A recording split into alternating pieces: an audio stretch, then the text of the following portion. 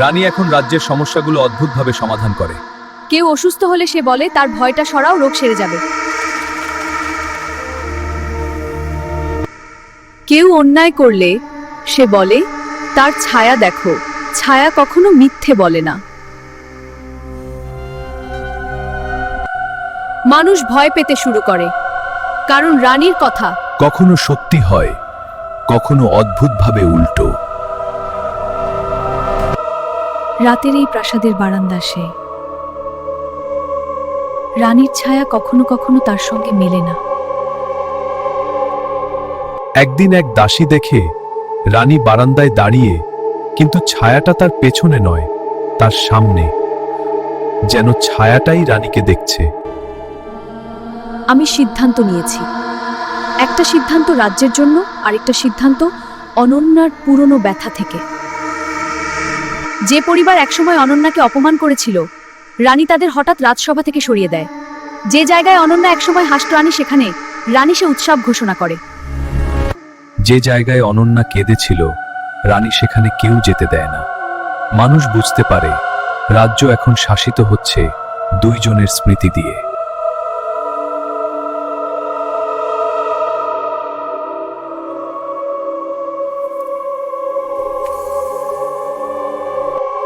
আমরা এখন এক, রানী নয়, পেতনি নয়, নতুন শাসন।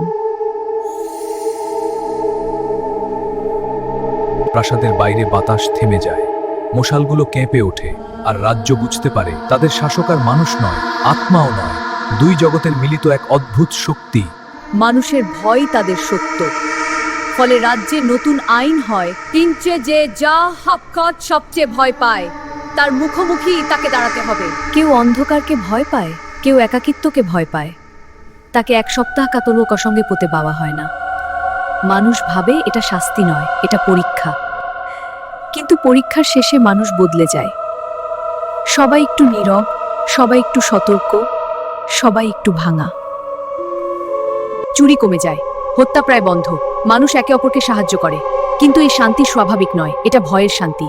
কানুষ বলে আমরা ভালো আছি পাই, কিন্তু চোখে ভয়। কি পূর্ণিমায় রানীর বাচ্চা নায়, সে কবুদ আদগান না। মন্ত্রীরা শুধু নরম, কখনো দুটো একসাথে।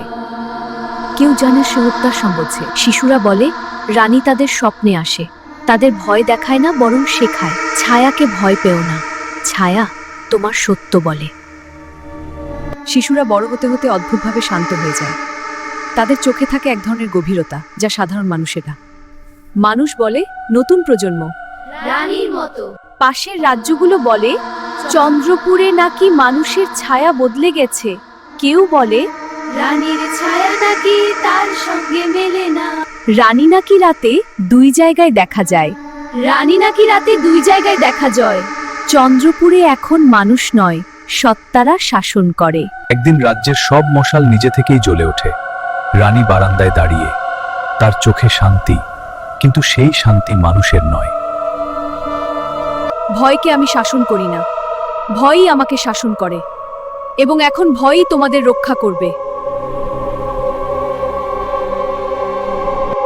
এটা এখন দুই সত্তার রাজ্য, একটা জীবিত, একটা মৃত, আর দুটো মিলিয়ে একটা নতুন শক্তি। একটা রাজ্য যেখানে আলো ও ছায়াকে ভয় পায়।